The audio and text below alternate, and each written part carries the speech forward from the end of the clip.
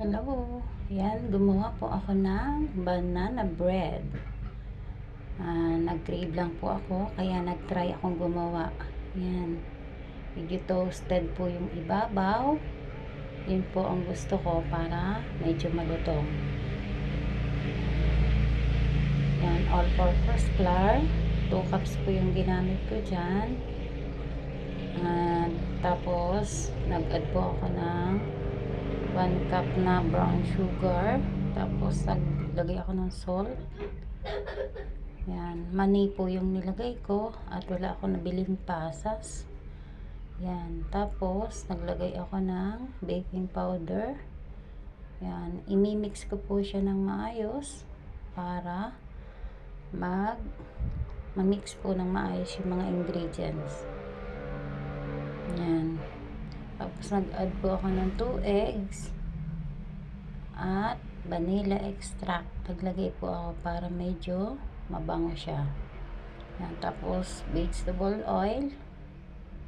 Yan. Tapos yun pong minas ko na saging.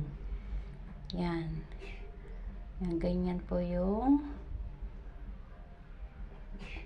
yan. Di po yan nag-add ng water. Tapos yan po. Bali, 2 lang po yung pinuha ko na baking pan. Yan.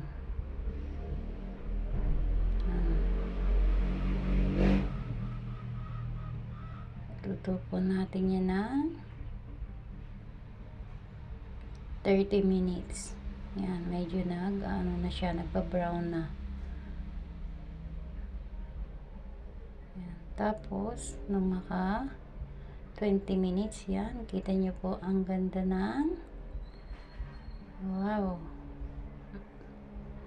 Nag-try lang po ako. Yan. Ganyan po.